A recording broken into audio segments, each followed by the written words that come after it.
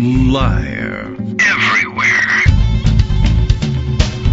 On netrootsradio.com.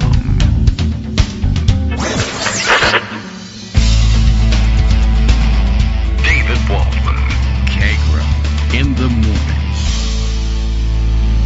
morning. Now, here's David Waldman.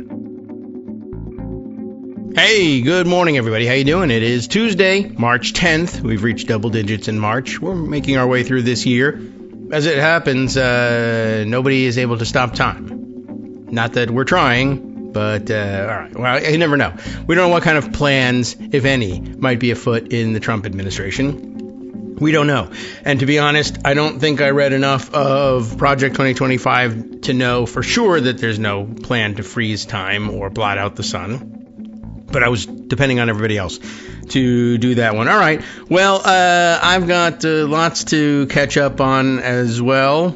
And any number of directions we may take with today. I got some things to double back on, some things to finish reading, some other concepts to introduce, and, of course, other stupidity that happened. It was an extra stupidity weekend, extra chaos weekend. I hadn't realized, I don't think, that Trump's plan was to stay down in Florida for an extra day, which doesn't make him any dumber or brighter based on his location. But because he's moving locations, there's unsupervised time on Air Force One at some point where he blabs to reporters and usually says something extra dumb, just a little bit more dumb for some reason. I'm not really sure what it is. And maybe it's giving him unstructured time over the weekend that makes him dumber.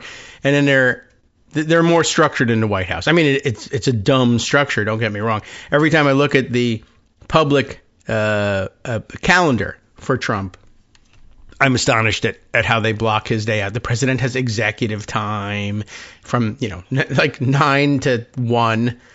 Which, of course, we learned in the first administration was him watching TV. And this is the moment. They tell everybody that that's on the schedule so that Fox News knows, although this is their business in the morning anyway. They're going to do this anyhow. They can broadcast their grievances at those hours and get Donald Trump to respond to them and make them his own grievances. But so the rest of the day is stuff like he has now a signing time. I hadn't really noticed that one so much. I usually look at the schedule in terms of, is he flying somewhere or not, and what day is he leaving, and what day is he returning. But only because like I said, the gaggles on board Air Force One tend to be more freewheeling and dumb, and he says crazier things, and it makes for a different kind of chaos roundup. Anyway, he didn't return to Washington yesterday. And well, he did return to Washington yesterday. He didn't return on Sunday, as he often does, because the work week begins on Monday, even though his work week, who cares? But they stayed an extra day because, well, it's important to point this out. The congressional Republicans were having their, I think they retreat spring and fall. Anyway, they're having their retreat, and it's spring, pretty much. And so, in other words, the weather is actually pretty nice in Washington, D.C. So they're having their retreat in Florida. But they're having their retreat in Florida not because they need good weather for the retreat. It's indoors. But because Trump insists that they have their retreat at one of his properties so that the Republican campaign committees can pay him rent for the property. So they had the retreat, as they have had for several years now, at his Doral golf course, which is why, of course, we mentioned yesterday that he had spent the weekend at Doral, and we weren't sure whether he slept there or whether he went to nearby Mar-a-Lago. Probably went back to Mar-a-Lago. He's kind of a homebody when it comes to stuff like that.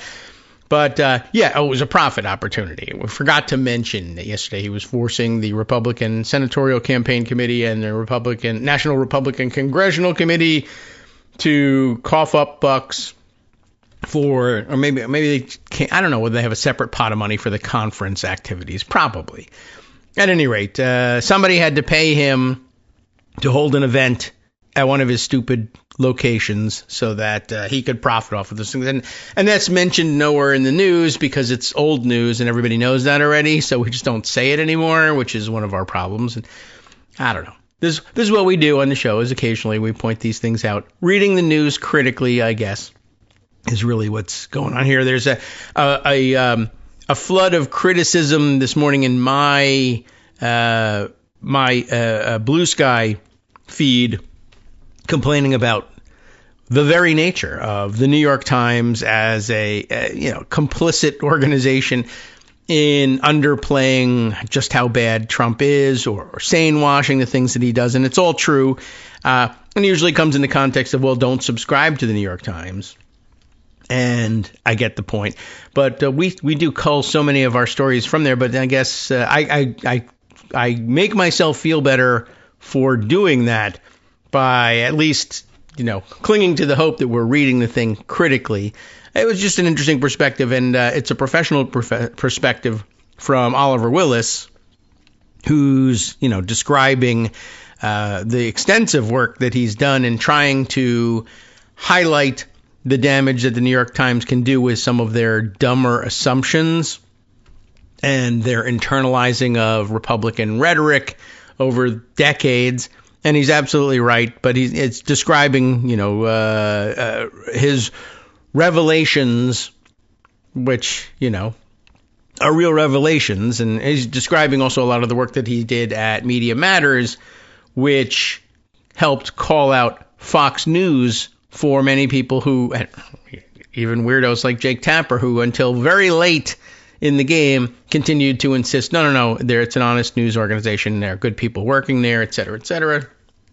But that he has to do the same thing with many liberals about the New York Times. And at the minimum, you have to be reading this thing critically. Better if you are not giving them any money, but you ought to be reading it critically. And I think we do. I think some of their straight news reporting is good. And certainly Charlie Savage and a number of their other writers have been excellent and in their work, and only need a little bit of additional subtext added around the margins. And then usually, sometimes when it's calling up some related concept, it usually ends up showing up later on in the article, and I say, if I had only waited. So I just wanted to acknowledge just the tremendous work that Media Matters, Oliver Willis in particular, and everybody else there has done. It's just Oliver that I happen to be watching discuss this morning. But this is not meant to be a comprehensive thank you to everyone, because I will miss names.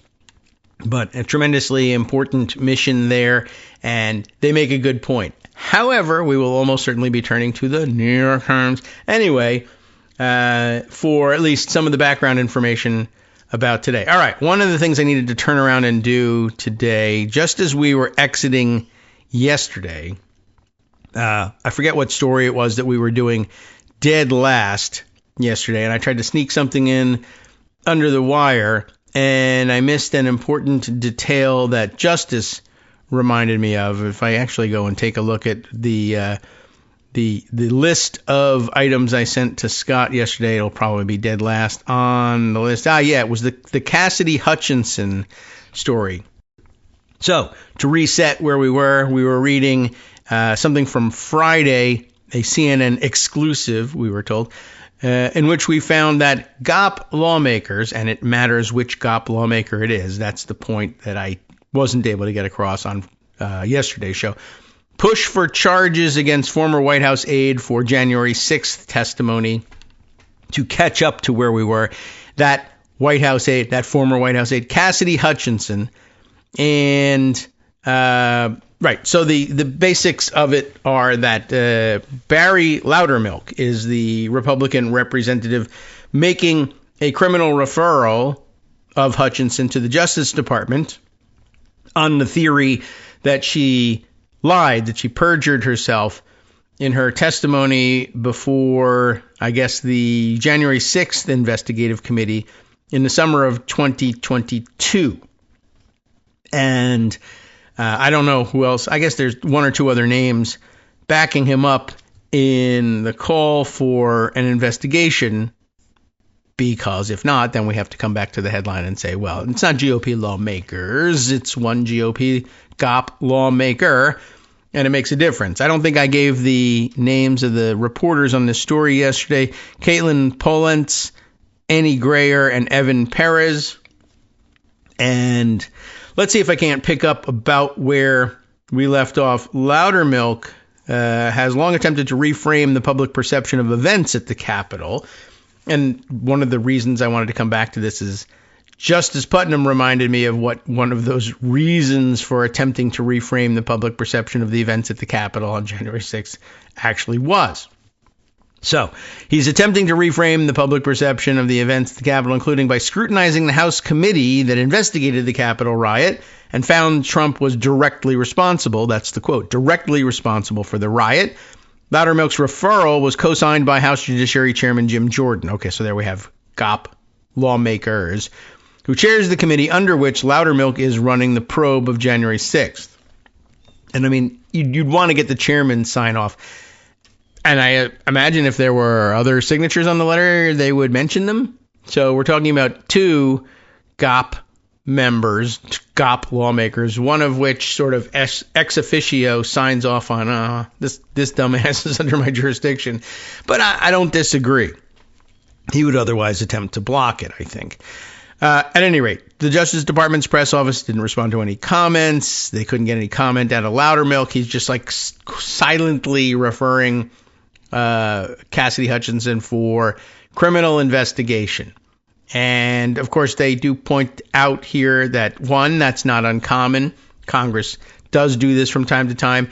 And two, that doesn't mean the Justice Department has to do anything.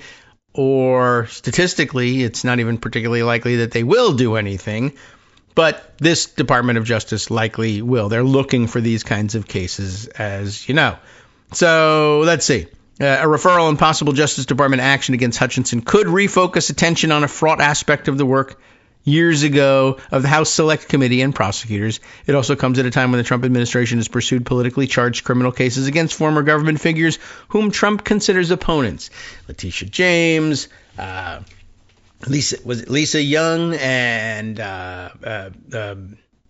James Comey, of course, attempting to bring charges, probably still to this date, against Adam Schiff, just basically anybody with whom they disagree or who gave Trump personal grief at some point. We're going to try and find a way to charge them with something. All right. Now, Hutchinson has drawn scrutiny for years, was the section I think we had just started when it was time to skip off for the day. Hutchinson, 29, top aide to former White House Chief of Staff Mark Meadows, and we did wonder what happened to that guy. And remember that this is the aide who testified that she had heard a second-hand account, and ordinarily you might say, we need a better witness than this. But this was an extraordinary story, and the other people weren't talking. So she heard a second-hand account that Trump was so enraged at his Secret Service detail for blocking him from going to the Capitol on January 6th that he lunged to the front of his presidential limo and tried to turn the wheel. A Secret Service agent and White House deputy whom Hutchinson said was also aware of the story have said they don't remember it. Hutchinson alleged the lawyer she initially worked with, this is where we ran out of time, Stefan Passantino, who was the top ethics attorney in the first Trump administration, if you're looking for a way to ding the guy, had made clear to her that the less she recalled to House investigators, the better. You know, I mean, that's true, but it's bad instruction from the ethics guy. Anyway, before her blockbuster testimony in June of 2022, Hutchinson dropped Passantino and got a new lawyer. Once she switched lawyers, that is, she got one that the Trump White House and the Trump organization wasn't paying for. It's a very dumb idea to allow, if you can help it, allow others to choose your attorney and pay for your attorney for you because they work for the people who pay them, essentially, and not you. You might get a very nice lawyer who treats the case differently, but generally speaking, if you're talking about Trump lawyers, they're there because they work for Trump. And if you have to get thrown under the bus, they're there to write up the legal documents and read your will once you've been run over by the bus. You know, they're not there to prevent the bus from hitting you. That's what happens. You get that representation when you hire your own lawyer. Don't let the bus hit me. That will be their goal. Take someone else's lawyer. Stand here. I'm pretty sure the bus will drive around you because they know you're here. Whoops. I got the wrong instructions. Anyway, before her blockbuster testimony, Hutchinson dropped Passantino, got a new lawyer. Once she did that, she shared more information with the former select committee, both through closed-door interviews and in a public hearing. And that won't be surprising, given that we know that Passantino advised her that the less she told the investigators, the better. And then another lawyer told her, actually, for you, that's the less you tell the panel, the better for Trump, says Passantino. The new lawyer says, for you, it would probably be better if you were more forthcoming with information and gave them the truth. Okay. Passantino has repeatedly said that he acted ethically, because he has to say that, in representing Hutchinson, ushered her through cooperative rounds of testimony and believed she had been truthful initially. Legal ethics investigators in Washington, D.C. and Georgia both dropped inquiries into Passantino that arose after Hutchinson's testimony. So he didn't do particularly well there, but it did get dropped. The FBI and the Biden-era Justice Department prosecutors investigated Hutchinson's accusations about the Trump-backed lawyer and others who may have been involved in Hutchinson's account of events, sources have told CNN. No charges are ever brought in that one. Passantino and a law firm who represents him didn't respond to requests for comment for the story. The federal investigators' questioning of Hutchinson predated the appointment of special counsel Jack Smith. Important to keep in mind, I am sure. And her accusations never became a part of Smith's now public findings in the January 6th related case against Trump. And I believe somewhere tucked away, since I mentioned Charlie Savage, is his first go-round at having a look at what's been released from the Jack Smith files, and perhaps we should do that. It's not breaking news, but good background. Now, yet, House Judiciary Committee's Republicans have continued to raise questions about Hutchinson's role in the criminal investigation, and as a House Select Committee witness, Smith told the committee in a closed-door interview 3 months ago that his office evaluated Hutchinson's claims about Trump on January 6th. Ultimately, Smith said she wasn't a powerful witness in his probe of Trump. Many of Hutchinson's stories were secondhand. So good for the investigative committee, not great for courtroom prosecution, I suppose. Not admissible in court because they were hearsay. Other stories were squishier on the facts of what happened, he said. So he wasn't terribly impressed with using her stories himself. Smith said Justice Department investigators that interviewed people she spoke with, including an officer who was in the car with Trump that day. The version of events that he, the other witness, explained was not the same as what Hutchinson said she heard from somebody secondhand, Smith said. You might choose not to believe that person, but there it is. All right, on another point, Smith said he had a conflict between stories from her and others about whether Hutchinson wrote a specific note in the White House. What is that note? Smith's, that I don't know. But it's not mentioned here, I don't think, unless it comes up later on. Smith's team also found different witnesses seeing it from a different perspective, Smith told the committee.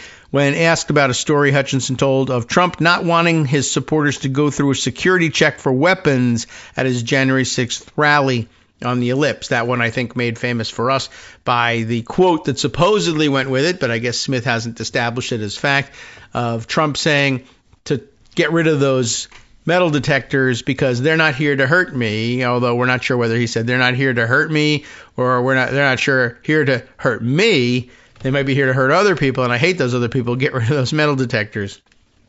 Unsure.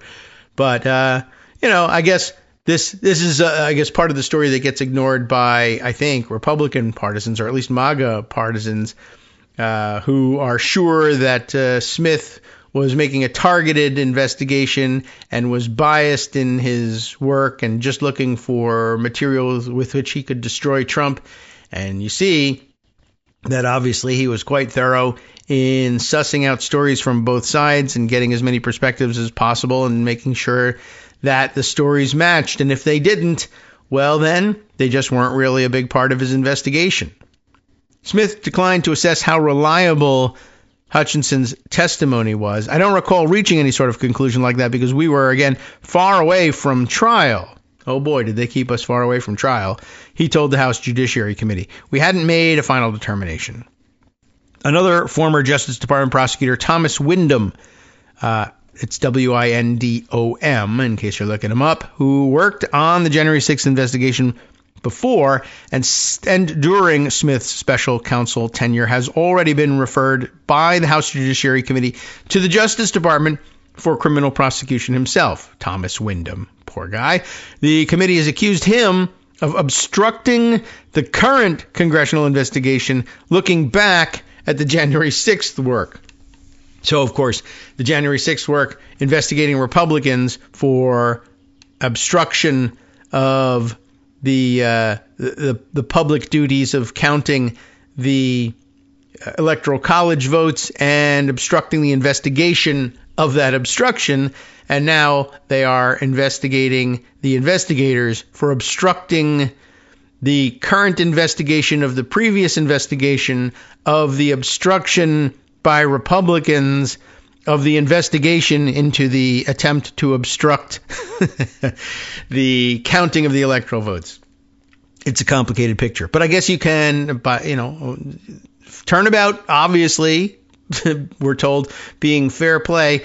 Now you can find out later on what obstruction Barry Loudermilk was involved in trying to create the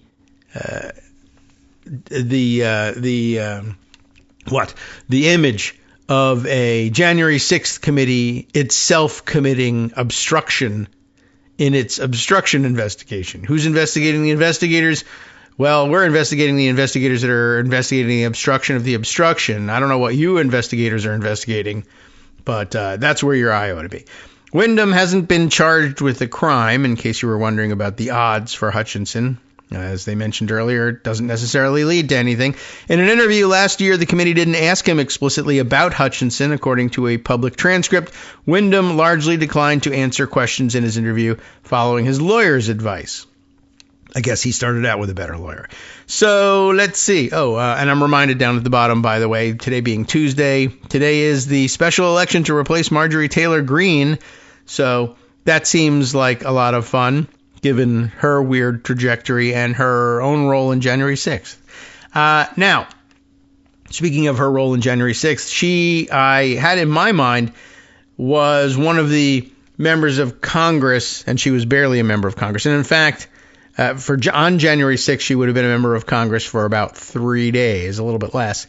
And I had in my memory that she and maybe Lauren Boebert had been among the members who were accused of having taken people who were in town for January 6th on tours of the Capitol on January 5th.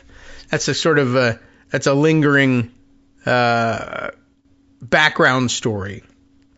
But as it turns out, I guess I questioned my memory of all that, although it really would have been really kind of ridiculous to ask Marjorie Taylor Greene to give you a tour of the Capitol on January 5th, given that she had been sworn in as a member of Congress on January 3rd. Like, can you give me a tour of this place you just arrived at? She would have been through orientations, of course. And it was always weird that she had been in White House strategy meetings prior to and leading up to and aimed at organizing for January 6th before she was sworn in as a congresswoman.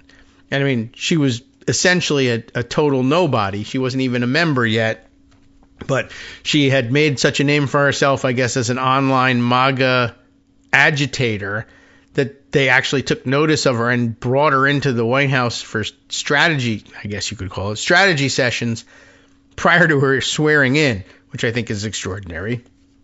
Anyway, what a trajectory. But Barry Loudermilk, I had mentioned, is the guy, one, mentioned in the story, but two, Justice reminds me, he's the one who actually very definitely did, in fact, give people a tour and he gave people a tour of the building who were then seen photographing the exits and entrances to, a number of places, including, I think, the tunnels, the underground tunnels connecting the House office buildings to one another and to the Capitol building, something that they might have used to evacuate members of Congress from an otherwise besieged Capitol building. So a little bit of an odd stop on the tour. And, the accusation is, well, this was a strategic briefing of sorts, like you're going to need to block these things off if you want to block the escape of members of Congress. If, let's say you had designs of assaulting or capturing or killing them, that might be something you would do. I thought that was of some real interest, and an important point not relayed in the story when we find out that he has, been working hard to reframe the public perception of events at the Capitol. If the public perception of the Capitol of the Capitol riot changes, then his having given strategic briefings on how to capture and or kill members of Congress on that day will surely look different either. Like if you need to capture them because they need to get back on the tour bus because they're merely tourists, or if it's a day of love, for instance, it would make a difference in, I guess, escaping future charges.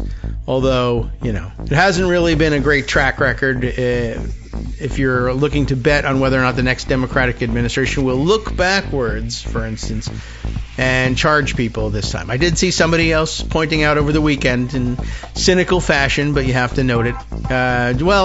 Surely the third time that a Democratic administration comes in, they will actually hold the previous criminal Republican administration accountable for something. Yes? Maybe.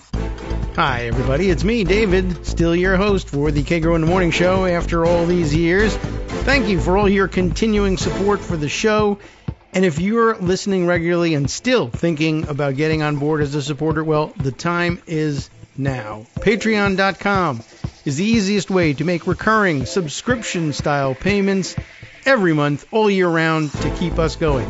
patreon.com/KagroX brings you to our page where you can sign up with your monthly support. And hey, have you seen our clever new subscription tiers? It's easier than ever to sign up for, say, one crisp dollar bill for every information-packed 2-hour show. If you're the plan ahead type, there's even a year-long subscription program that saves you 15% on the cover price. Or it would if there was a cover price, or even a cover, for that matter. patreon.com/KAGROX. Thanks again for all your support. All right, welcome back now to the Kagro in the Morning Show here on Netroots Radio. So we're done, I think, with doubling back on, what's her name? His name. Sorry, Barry Loudermilk. Although I was also reminded of Cassidy Hutchinson and Murderer Trader Green. And I don't know. Well, I guess we'll wait for the results. I think it was, it's a 20-person primary or something crazy down in her Georgia district. So not much you can do in terms of coverage there. The assumption, and I think it's a fair one, is that everybody running for the Republican nomination area is insane, and possibly more insane than she is. And we'll tell you which one of these insane idiots actually won the primary if we find that out by tomorrow. All right, let's see. A few other things to catch up on, and I did mention, let's see, I'll go back to Instapaper here and see what else is waiting. It's hard to keep track of all of the insane things that we have to catch up on, but I did mention that Charlie Savage had recently been digesting something from the Jack Smith investigation, and I wanted to look for that. It's been buried under current events. So just to turn the clock back on it a little bit and see if I can find it. But as I'm on my way there, I did note I'm passing by a Washington Post story that is related, so we'll tie it in together here. Long delayed January 6th plaque honoring police. Remember that thing? That was very controversial, just in terms of, not controversial at all in terms of should a normal country put up a plaque honoring the efforts of police, Capitol Police that day. But it became a story, of course, because when Republicans retook control of the House, they did everything they could to obstruct the installation, though I guess that they had been instructed by law, one of their own laws, to hang this thing. And once again, just ignore the law because, I don't know, it's embarrassing or something like that. Let's not hang this plaque. But eventually it did get installed, but in typical Republican fashion, I guess, when they actually were, I don't know how they got forced to give in, or they just said, I'm tired of expending energy on not doing this thing. So the headline in the Washington Post piece, I don't know what the original publication date was, but it's updated on March 7th, so a weekend story. Long delayed January 6th plaque honoring police installed in Capitol at 4 a.m. I don't know whether it has to be. You'd think, I guess, it would have a large unveiling ceremony, I suppose, in a normal administration. This one, they just said, all right, to the maintenance workers, hang the thing, do it overnight. We're not doing a ceremony. Just do it when there's nobody else in the building, so you're not obstructing anybody. So the memorial was required by law to be installed by March of 2023. Of course, you know it is now March of 2026. But F the law, right? And, of course, what's the penalty? No, nothing. We don't know. We didn't include anything. We didn't think anybody would do that. We didn't think anybody would delay this long. It never occurred to us. And really, honestly, what would be an appropriate remedy anyway? You can't say, all right, well, in that case, the Speaker of the House goes to prison. Well, not likely to work that way. This morning, over the weekend, that is, it was installed while most of Washington slept, it appeared. And even that is okay. I mean, honestly, if they had been doing a big ceremony, what time do you think they would hang the thing? 4 a.m., probably, so that it would be ready for an 8 a.m. ceremony. Olivia George is the writer for the Amazon Post, and that's, I guess, what we should call it from now on. The police officers were taunted and beaten. Some were knocked unconscious, you know the story, and dragged down stone steps, tear gas stinging their throats, to chants of course, USA, USA. On January 6, 2021, as hundreds, then thousands, swarmed the citadel of American democracy. Is that a problem? I don't know.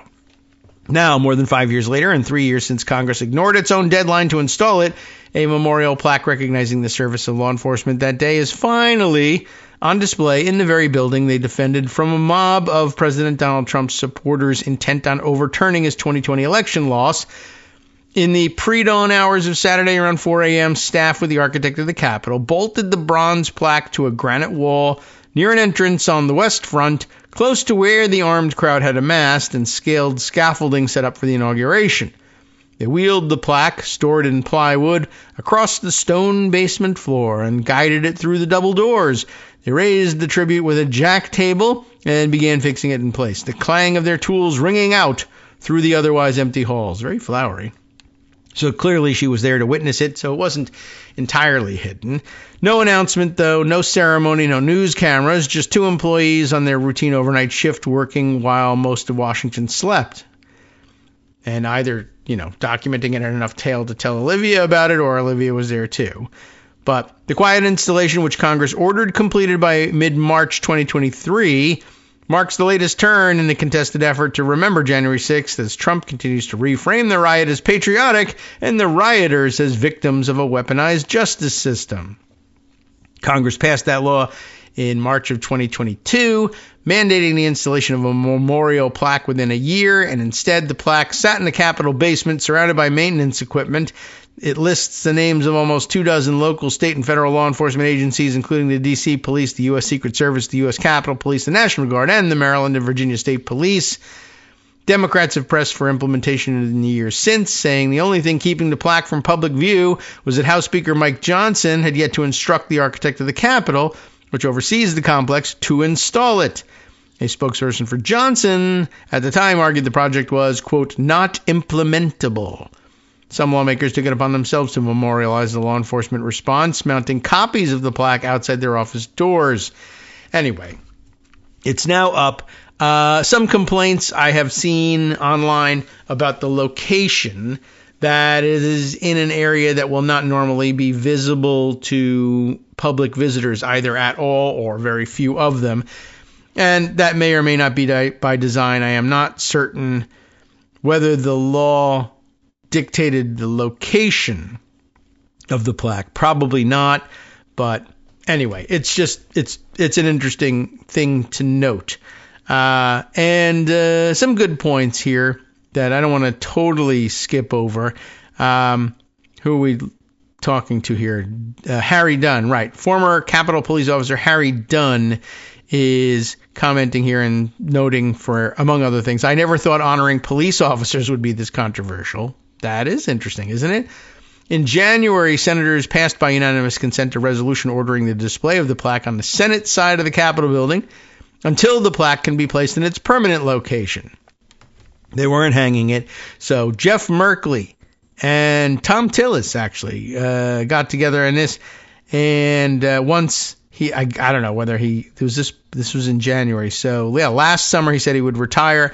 By January, he was willing to join with Jeff Merkley in asking unanimous consent that they at least display it on the Senate side of the building if the House guys won't hang it. So let's see. This is just interesting because there was a procedural angle on all of this. They used a parliamentary move that essentially dared any Republican to block a new resolution that forced its display, stirring a seemingly rare moment of bipartisanship in the ongoing tug-of-war over what happened that winter day. Well, okay. That's no mystery there, but it's a very flowery way of describing the unanimous consent request. It does dare anybody to object, but people do object all the time, and sometimes they claim they're objecting on someone else's behalf. So don't put in the newspaper that I was mad and objected. Anyway, it doesn't usually stop people if they're determined, but I guess in this case, they just said, to hell with it. We don't care if it gets displayed there. So, all right. I'll see if I can find the note about the plaque being outside of public viewing areas, but I think I saw that a few days back on Blue Sky. We'll see if I can't substantiate that. Here is the plaque hanging in place, and there's a little QR code there as well, which I don't know what it brings you to, but maybe an online story about the police response on that day that didn't fit on the plaque. I don't really know what that's supposed to bring you to. Anyway, I wanted to make note of that, and now I can go back to my scrolling to see if I can't find the Charlie Savage story, although I'm trying to think of what visual cues am I looking for here in trying to find this thing. But at any rate, a number of other items, including, I guess, lots of digestion online, thanks to video capture folks like Aaron Rupar and others watching Trump's, for lack of a better word, I guess, speech at the Republican retreat, and the number of dumb things that he was willing to tell them, both about the war and any number of other stupid things that were going on. Where am I going to find this thing? Gosh, it's not immediately apparent where I may have stored this, but it's probably buried under so many other news stories. All right, I'll have to search maybe during one of the breaks to try and find the Charlie Savage story that I was looking for.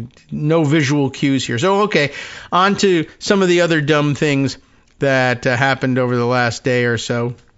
I thought a very nice commentary on all of the weirdness from Nicholas Grossman, who we've called out a couple of times in the past, international relations professor at the University of Illinois, among other things. And he was noticing the commentary on Trump's various pronouncements yesterday about the war, including the very eloquent statement that the war is we're very complete and we're very far ahead of schedule. This happened to have been a Will Stansel comment that Nicholas Grossman picked up on. Stancil noting that an hour apart, these two headlines from the New York Times are. The headlines reading, oil prices fall after Trump says that Iran war is, quote, very complete. And later on, Trump walks back idea that war is near end. U.S. gains, quote, not enough. Okay, about an hour apart. And Stancil noting here, perhaps we should stop treating the mindless weather vane spinning in the breeze as if it has a clear strategic direction we can ascertain. Right? Good point, no doubt. And a better, finer point, I think, provided by Nicholas Grossman here. Trump did not announce a U.S. policy and then walk it back. That's actually sane washing it, believe it or not, I would say. But Trump did not announce a U.S. policy, then walk it back. That is not what happened. And media presenting it that way does a disservice. Now, what media has presented it that way? In this case, the New York Times. That's the kind of stuff we were talking about. Sometimes it's subtle, sometimes it's obvious. But there you have it, right? You would think from reading the newspaper that there was a change in strategic direction here, announcing a policy, then walking it back, which is a thing that a normal presidency might, in fact, do. Although you'd hope that it wouldn't just be in a couple of hours, that there was more thought given to it. But what Nicholas describes here is, I think, correct. Trump did what? If it wasn't that he announced a policy and then walked it back, it was that he said words he thought might appeal to his audience in the moment with no connection to actual policy, and then did that again with a different questioner or different question/asker. That's actually a much better description of what's actually going on here. I don't know how you report on that per se, but yes, to report on it by saying a considered strategic policy was announced and then there was equally considered political pushback against it, and a decision was made on a rational basis to reverse course or pull back somewhat from the more ambitious statement. No, it is in fact just him saying what he thinks will get him out of the room with as little trouble as possible. And if it means saying the exact opposite to someone else later, so be it. My own observation on it being, advice for reporters, if you think you're reporting on and plan a story that will generate a headline that says that you are covering a Trump policy pronouncement, that's not what you're doing. There is no such thing as a Trump policy, much less a Trump policy pronouncement. It may mean nothing at all, and it could be erased within hours. It may never even exist in the first place. I mean, I know that sounds at first blush crazy, but certainly you've been living in the Trump United States for some time now. You probably know exactly what I'm talking about. But if you need a concrete example, I'll ask you this. How's that hospital ship doing in Greenland? Right? I mean, that was pronounced as policy in no uncertain terms. I'm sending a beautiful hospital boat for the many people who are sick and not being taken care of. And now, within minutes, everybody knew that's not happening. That's not a real thing. But we ran around pretending that the president had issued this policy, and it's clearly not true. And everybody knows it's not true, and it's impossible for it to be true. And everybody sees that, and you would think that, in any other administration, I would think it would be a story, presidential proclamation on, military assets and the policy behind them. Turns out to be, Greg, do you have a comment on it? That's bullshit. It is in fact BS. And la-di-da, I don't know, we just walk away from that. And there's, 1,000 other similar examples just from the last week. Is that happening? It's not happening. Oh, all right. Well, then, why isn't that the story? I don't know. I couldn't tell you. All right. So among the very many stupid things, right, the pronouncement that, the war is pretty much over because we say it is, plus also we need to have more, and also, let's see, he's talking about, he noticed how the Iranian pronouncement that they were going to close the Strait of Hormuz to everything. Tanker traffic, most particularly, shook the markets. And so I think his response has been, well, I'm thinking of taking over the Strait of Hormuz, which I don't even know exactly strategically what that's supposed to mean. It could mean, escorting tankers through and considering any attack on the traffic there to be an attack on the United States Navy, to which they would retaliate, versus, I'm taking over this water. I don't know. I'm not exactly certain he knows what he's saying in that either. But anyway, I mean, you would imagine that there would probably be an attempt to bring a naval presence there to, at the very least, draw some fire from shoreline batteries in Iran so that they could identify them, locate them, target them, and destroy them. But I don't know how many there are. And it's not like they just put one missile at the tip of the edge of the water near the Strait of Hormuz, and that's it. So, but the mission appears to be, hunting down and killing Iranian assets anyway. So it's not out of keeping with the mission such as we define it to be, since no one else will define it for us. But I don't know. So I'm not even sure what it would mean. But given that he's also said, America will own Gaza and we'll run it and we'll make a beautiful resort out of it. And he literally thinks that land will just be an American, annex somehow. Maybe he also thinks bodies of water will be. After all, we can just rename the Gulf of Mexico the Gulf of America. It's now the Straits of America. We'll just call it that instead. All right, other things we need to catch up on, and there are so many of them. Let me read you a little bit from, believe it or not, CBS News, which is, as we know, increasingly terrible with every passing minute. But they happen to have a little short blurb about this topic. Trump says, quote, the war is very complete. It's just a very weird vocabulary the guy has. And he's considering taking over Strait of Hormuz.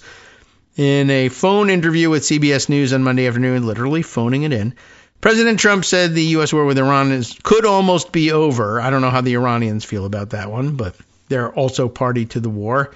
They may have a vote.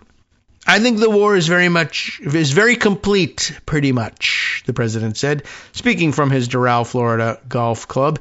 Iran has no navy, no communications. They've got no air force. Their missiles are down to a scatter. Their drones are being blown up all over the place, including their manufacturing of drones. The U.S. military said it struck more than 3,000 Iranian targets in the first week of operations. If you look, that's one of his tips, right? One of his tells. If you look, they have nothing left. There's nothing left in a military sense, Mr. Trump said, for the second time inside of a year, right? The last time we totally obliterated the thing we had to go back and prevent from happening again last week. Late Sunday, Iran announced that Ayatollah, as we say here in the United States, I looked up a little bit about the etymology of the word that gave a better hint. I wonder whether the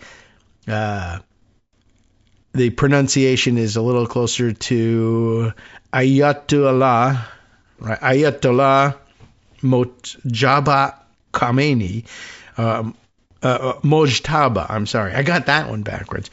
But anyway, as we say here, anglicized Ayatollah. That must drive them insane, but it's probably part of the game. Anyway, their new supreme leader, he will replace his father as Iran's leading light there, I suppose. They asked, I guess, what message do you have for the new supreme leader? I have no message for him, none whatsoever, and he has none for us either, apparently. Adding that he has someone else in mind to lead the country. Jared Kushner, perhaps, might do well there. Commercial shipping through the Strait of Hormuz, through which about 20% of the global oil supply flows, has effectively ground to a halt, as you know. The president said the U.S. could do a lot about the strait and threatened Iran if it inhibits, it doesn't already inhabit, but also inhibits the waterway. They've shot everything they have to shoot, and they better not try anything cute. That's a rhyme. Cool. Or it's going to be the end of that country. If they do anything bad, that would be the end of Iran, and you'd never hear that name again. I'm sure he doesn't say Iran, right? The president also said the strait is open now. Okay, so there you go. Problem solved. And claimed ships have been entering the strait, but said he is still, quote, thinking about taking it over. The U.S. benchmark for crude oil, for those of you who came for this kind of news and somebody serious talking about something, the U.S. benchmark for crude oil dropped as much as 13.7%, or just around $13 a barrel, shortly after CBS News interview, before rebounding somewhat a few hours later. So they spent a few hours, people saying, the president says the strait is open. And then a few hours later, wait a minute, this president is an insane idiot. It's not open. Oil prices go back up again. But prices are down now slightly since Friday after surging by double-digit margins earlier Monday. Though oil prices remain above pre-war levels, major stock indices also closed in positive territory Monday after spending most of the day in the red. So Trump thinks he's done something good here. That's his benchmark. Trump initially estimated the war would take about a month to complete. We're very far ahead of schedule, he told CBS News on Monday. The same afternoon that the president said the war is very complete, pretty much, whatever that means. The Department of Defense posted on Twitter, "We have only just begun to fight." Of course, that's the famous quotation, but so I don't know. I've been watching people saying, well, is it very complete or we've only just begun? Well, I don't know whether that's a contradiction or just they just like the old quote. What is that? Is that John Paul Jones? Or I can't remember. We've only just begun to fight and no mercy, which is, I don't know what quote that is. That's a Karate Kid. I don't know if that stands up in the pantheon of American patriotic quotes, but there it is. So far, 7 Americans have died in combat.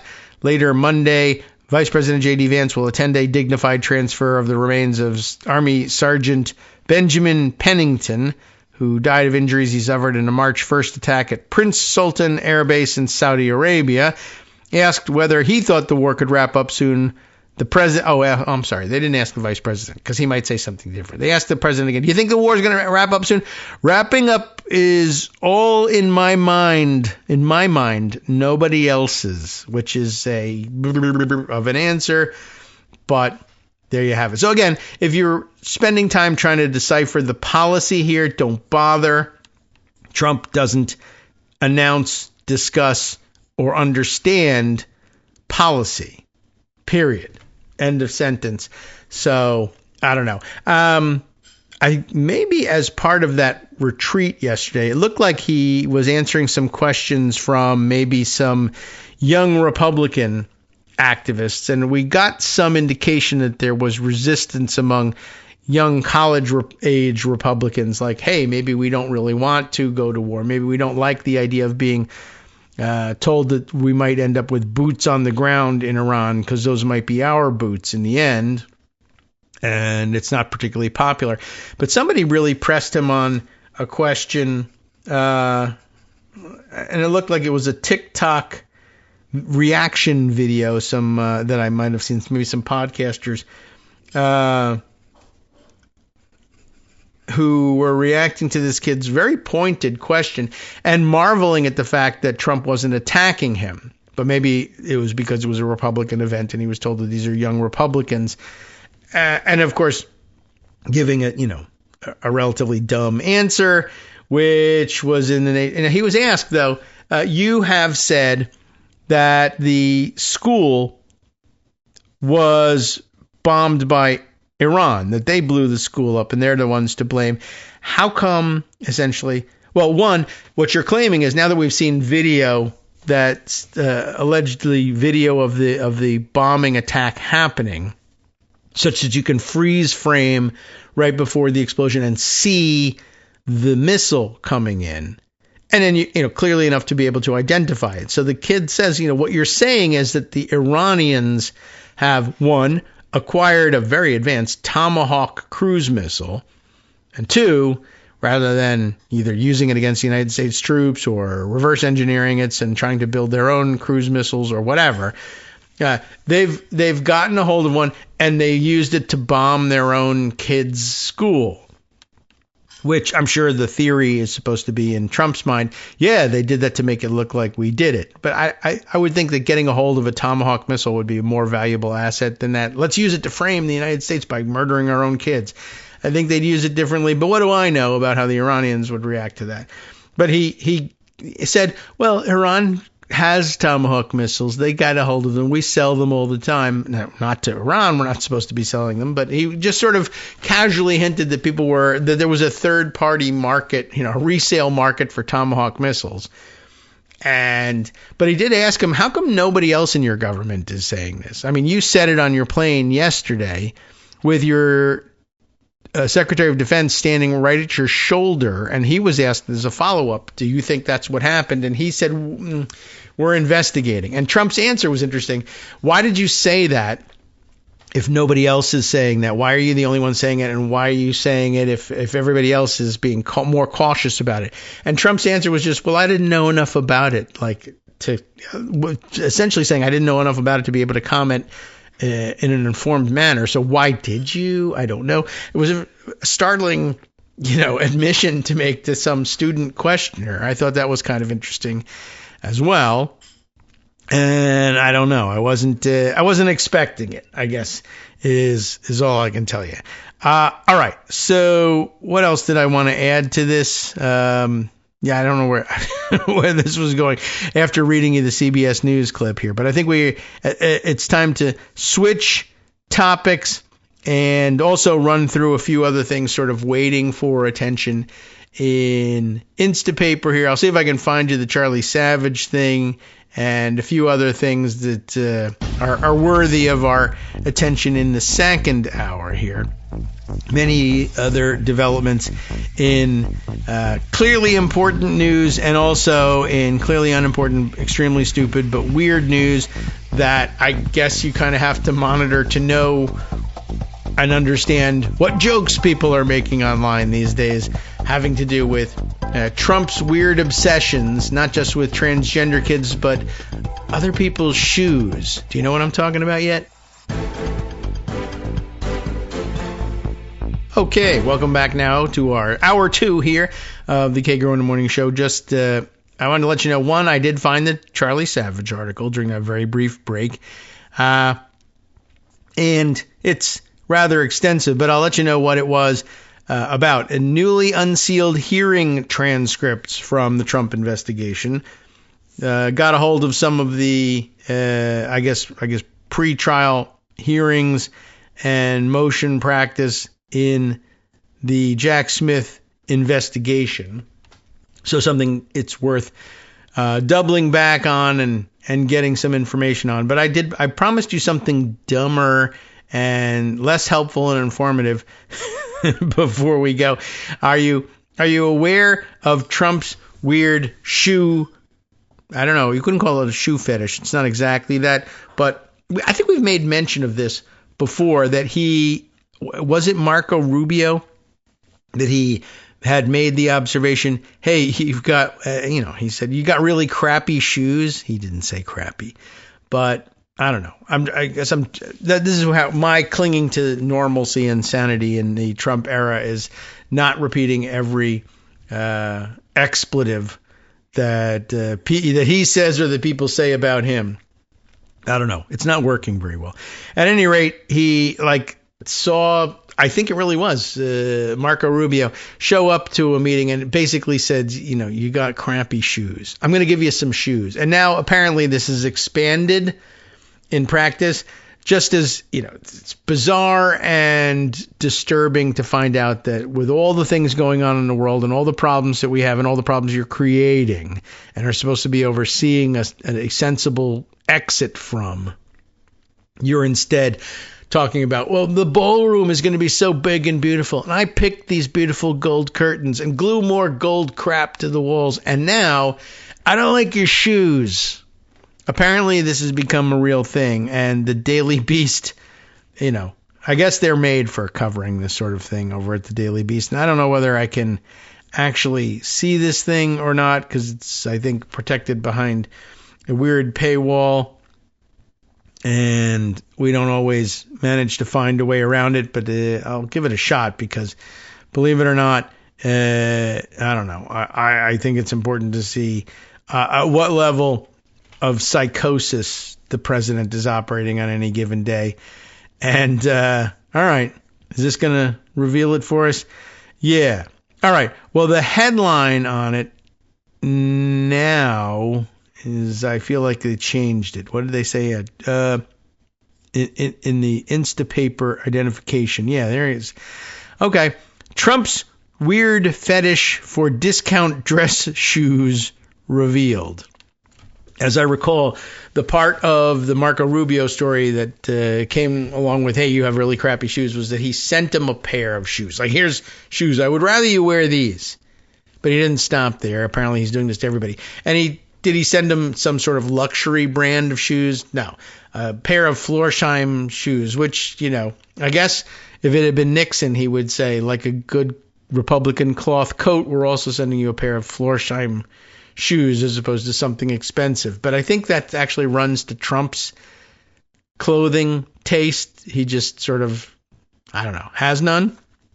Anyway, Lee Kimmons reports this for the Daily Beast, and it's got some odd details, which, I don't know, makes me want to share it with you. President Donald Trump apparently has a bizarre obsession with Michael Jackson's favorite men's shoe brand. I don't know if that has anything to do with it. And it's becoming a problem for his inner circle. You could see how that might happen, right? The president isn't focusing on anything. We have a war going on. We should be focusing on that. I know he's obsessed with the ballroom, but we've gotten over that one. But I can't even keep him on the ballroom now. He's bothered by everybody's shoes. He's incompetent to the job? I don't know. The 79-year-old has reportedly sought to force his own aides to share in his obsession, buying up shoes from the Chicago-based brand Florsheim that his underlings are then expected to wear. The president is particularly enamored with a pair of $145 Oxfords from Florsheim. It's not cheap, but, it's not top-of-the-line billionaire wear either, that can be found in most discount shoe stores. It's not even a particularly nice shoe. All the boys have them, a female White House official told the Wall Street Journal. A second joked, it's hysterical because everybody's afraid not to wear them. It's, like a weird corollary to the emperor's new clothes, right? Everybody's got new shoes. You can't not wear them, or the boss will say, what happened to the shoes I gave you? Why aren't you wearing them? The latter comment came in jest, but one official was reportedly rankled that he had to shelve his Louis Vuittons and replace them with the sensible leather footwear. And then details you didn't really need to know, but are here and make it a little bit more ludicrous. Founded in 1892, Florsheim shoes became widely popular in the 1960s, and the company's stores were a fixture in shopping malls until the early 2000s, which is to say there used to be shopping malls, and then after a while, they were mostly abandoned. Not just Florsheim, the whole mall. More recently, the brand has sought to move away from its reputation as a relic of past generations by offering more contemporary styles. Vice President J.D. Vance and Secretary of State Marco Rubio had no qualms with the shoes, and he's not publicly, when the New York Times visited the White House to interview Trump and his minions in December. They gleefully showed reporters from the paper the shoes that Trump had bought them. It's sort of a weird thing for adult men to do. Vance lifted his leg in the air to show the president the pair he was wearing. White House correspondent Katie Rogers wrote at the time. Transportation Secretary Sean Duffy, Defense Secretary Pete Hegseth, Commerce Secretary Howard Lutnick, Trump's Communication Director Stephen Chung, Deputy Chief of Staff James Blair, and speechwriter Ross Worthington have also all been given the shoes. Trump also gifted Fox News personality Sean Hannity and Gops Senator Lindsey Graham a pair. Like, what? Why? The Journal reported, Trump is so taken with the shoes, so taken is he, how taken, that he has a stack of them in the White House, according to one insider. Another often Another says he often demands that an aide place an order with Florsheim whenever he sees fit. He's got like a Diet Coke buzzer and now a Florsheim shoe buzzer. When the shoes arrive, he sometimes attaches a personalized message before gifting them. However, Thomas Florsheim Jr., CEO of the company that owns Florsheim, claimed ignorance, telling the Journal he was unaware of any orders relating to the president. Florsheim shoes were previously made famous by the king of pop, Michael Jackson, who preferred to perform in them rather than expensive designer kicks. Trump also has reportedly begun to guess people's shoe sizes to their faces. Like, I guess some people might find that weird or insulting. I just find it weird and like, what in the world? Why are you thinking about this? If this goes wrong, it could potentially be dangerous. Menswear writer Derek Guy told the Journal, if you have a suit that doesn't fit well, you'll just look bad.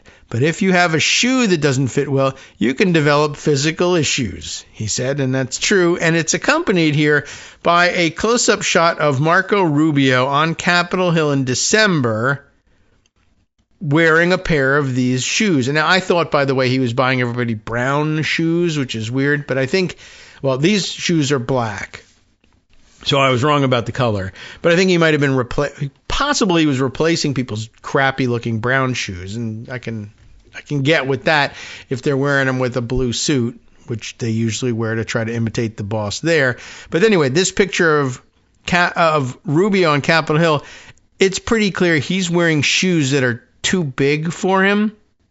Like his ankles don't reach the back of the shoes, which is actually probably a little bit dangerous. And I wish Trump didn't know his own shoe size and was wearing some of these wrong size shoes and would take a spill down Air Force One steps or something like that. But this is dumb and dangerous. And I gotta tell you, I don't know what to make of an adult human being who will just wear the wrong size shoe so that the boss sees he's wearing the very pair he gave him. He can't go out and say, listen, go to a Florsheim shoe store, bring this shoe in and get me a size smaller. I got to wear those. Like, is Trump really also tracking, like, show me that you're wearing the shoes I gave you?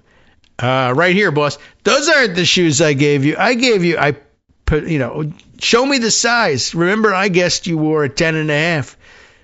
And those are clearly a 9.5. I don't know whether he's tracking that or not, but I mean, an adult, not only just an adult person, but the Secretary of State of the United States of America, afraid to just get himself the right size of this stupid shoe that he feels like he has to wear in order to please the boss, which... Why is anybody giving? Why are we all growing up? Why are we learning anything? Why are we becoming? If you're just going to turn everything over to, daddy bought me shoes and they're the wrong size, I'm going to wear them anyway. As Secretary of State, what hope is there for anybody in this world at this point? Anyway, Derek Guy goes on to say, look, if you have a suit that doesn't fit well, you'll just look bad. But if you have shoes that don't fit well, you can develop physical issues. I don't know whether it's funnier to get people shoes that are too big and make them look like they're wearing dumb clown shoes, or punish them, get shoes that are too small and say, I want you to hurt your feet all day. I demand it.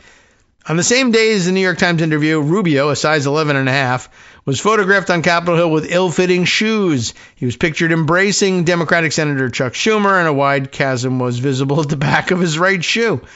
Trump ordered the footwear after pausing a previous meeting to criticize Rubio and Vance's effing shoes, according to the president. Wow. I thought they were S shoes, crappy shoes, but no, they're effing shoes apparently as well. He's also known to dole out MAGA caps, which he keeps in a gift shop in the White House.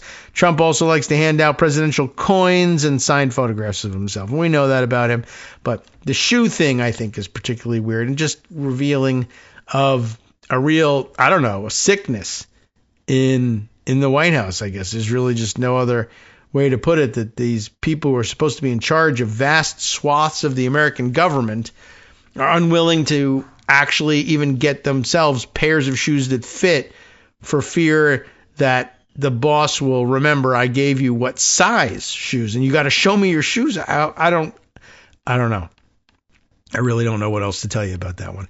Okay. I mentioned also that there was the Charlie Savage analysis that I wanted to share with you, and then something else that I needed to mention. I in relation to, I wanted to double back one more time to Cassidy Hutchinson, as I saw a comment from Ed Tracy over at Daily Kos in one of our morning posts, in which, or I guess one of the yesterday's roundup post from Scott, in which Cassidy Hutchinson gets a mention, that there was also another news item related to her, that Alexander Butterfield, who himself had revealed the existence of the Nixon White House taping system to the world during Watergate, and more recently had befriended Cassidy Hutchinson during the January 6th congressional probe, probably as a result of ending up in similar circumstances.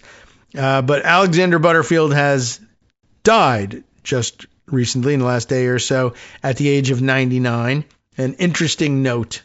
One, that there was the connection between the two of them, and then, of course, note of his passing. So thanks to Ed Tracy for making mention of that in the comment section of yesterday's post. That reminds me, though, that there were some other things, and if I look back here, that other listeners had made note of in some of our other stories. I'll see if I can't discover some of those and rediscover some of those and double back. But instead, for the moment, more background information on important stories that aren't top of the headline news necessarily, but I think are necessary for our better understanding of several stories as they move forward. The Charlie Savage analysis of the newly unsealed hearing transcripts from Trump investigations, that is to say the Jack Smith investigation, over at what, again, amounts to his blog. I don't know whether this is actually a Substack or not, but charliesavage.com is where it's hosted. Here's the story from last Friday. I have been continuing my efforts to get court records unsealed from the behind-the-scenes subpoena battles in the Trump January 6th and classified documents investigations. And he points us to a previous post from last September for the previous round of unsealed documents. It's not clear there is daily news article fodder in such materials, since we already know the bottom line results. That is to say, no criminal case brought. But it seems important and worthy to get these things into the public and historical record regardless. I'm in agreement. That's why I'm reading it. I've been pursuing this via pro se motions to unseal with informal assistance from my colleagues on the New York Times newsroom legal team led by David McCraw. That is to say, pro se motions. He's filing his own paperwork, legal paperwork, on these motions to unseal these documents. So not only is he doing the analysis for you, but you can thank him for prying these articles or this information loose in the first place. The Justice Department has now produced 3 partially redacted transcripts of hearings in those fights, and Judge Jeb Boasberg unsealed them. Boasberg, I imagine, favorably inclined these days to doing such things.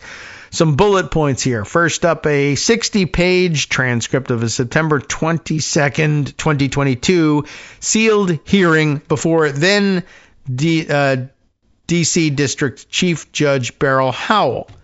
It was a while ago. In, the grand jury documents here. The names, as before, are redacted, but this is about subpoenas to Mark Short and Greg Jacob, former top aides to Vice President Pence, for testimony in the election investigation. They had refused to testify because Trump invoked executive and attorney-client privileges, and Judge Howell would rule on September 28th that the crime fraud exception overcame the privileges, so they had to comply. That's actually quite remarkable. Judge Boasberg had earlier unsealed that ruling itself. By the way, speaking of refusing to testify, I should point out that Justice Putnam, in alerting me to Loudermilk's past in connection with the Cassidy Hutchinson criminal referral story, Loudermilk himself was called to testify on the subject of what he was doing in proximity to January 6th and the tours that he was giving people on January 5th, and refused to testify, as I recall. So, or as I recall, I was being reminded. I recall that that's what the reminder was. My recollection may be faulty on that one, but I thought I'd point it out. Another of the documents pried loose here in a 111-page transcript of a March 9th, 2023 sealed hearing before Judge Howell. This was about a subpoena to Trump's personal lawyer, Evan Corcoran, for records and testimony in the classified documents investigation. Remember, he was the attorney on the scene during the search of Perva-Lago. Judge Howell would rule on March 17th that Corcoran had to comply because, also, same thing, crime fraud exception. Again, rather remarkable to invoke that exception to presidential privileges being invoked. Oh, the crime fraud exception? You mean what you're saying here is there's only one person who can invoke the presidential prerogatives here, the presidential exemptions.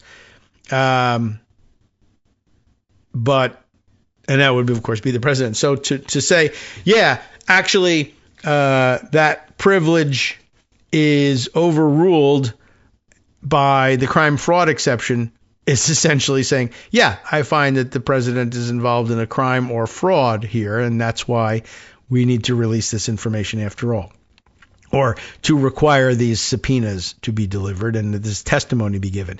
That 87-page ruling itself had already been unsealed in May of 2024 during a fight before Judge Elaine Cannon in Florida, of course, on the documents case. There's also a 38-page transcript of a March 20th, 2023 sealed hearing before Judge Boasberg, who had taken over from Howell at that point as chief judge in D.C. At the end of the day, on March 17th of that year, and in the same case, Judge Boasberg had spent the weekend cramming all the sealed litigation material before Judge Howell, and this hearing at 9:30 a.m. on Monday morning was his debut as chief. As he observed, "Good morning, everybody. Glad to see you all for my first act as chief judge. I'm glad they gave me such a light, inconsequential item to start off with, right?" Trump's lawyers were seeking a stay of Howell's ruling, but Boasberg ruled from the bench that he would not grant it. Corcoran would testify on March 24th, so the D.C. Circuit probably declined to grant an emergency stay request by Trump in the interim. I've also made a similar unsealing request at the D.C. Circuit level, which is pending. In any case, after quickly scanning these three transcripts, I tried as an experiment uploading the PDFs into Claude and asking for a summary of the salient points. And here's what the AI produced. Oh, no. Yes, that's right. We're about to read what could be AI slop, but it has been run through the Charlie Savage filter. He felt comfortable bringing these results forward. So here's the summary from Claude that Charlie Savage is providing us, and we'll see how much we trust Charlie Savage ought to have in Claude to do this work at some point. I'm sure if there are any major errors, he'll come back and let us know. The September 22nd, 2022 hearing is summarized this way. This September 22nd hearing before Chief Judge Howell is a notably different animal from the two Corcoran hearings. It involves a different legal battleground, executive privilege, rather than attorney-client privilege / crime fraud. Oh, that's interesting, too. I guess we should have watched that more closely, and this might be a call-out for caution here. The crime fraud exception that, at least one of them that was mentioned earlier, was to the attorney-client privilege asserted by Corcoran, not executive privilege as asserted by Donald Trump. We'll see whether it was my impression, though, that they eventually did get around to a crime fraud exception mentioned for executive privilege as well. Now I've got to go and take a look back at those bullet points and see if we can. Here we are. The first one was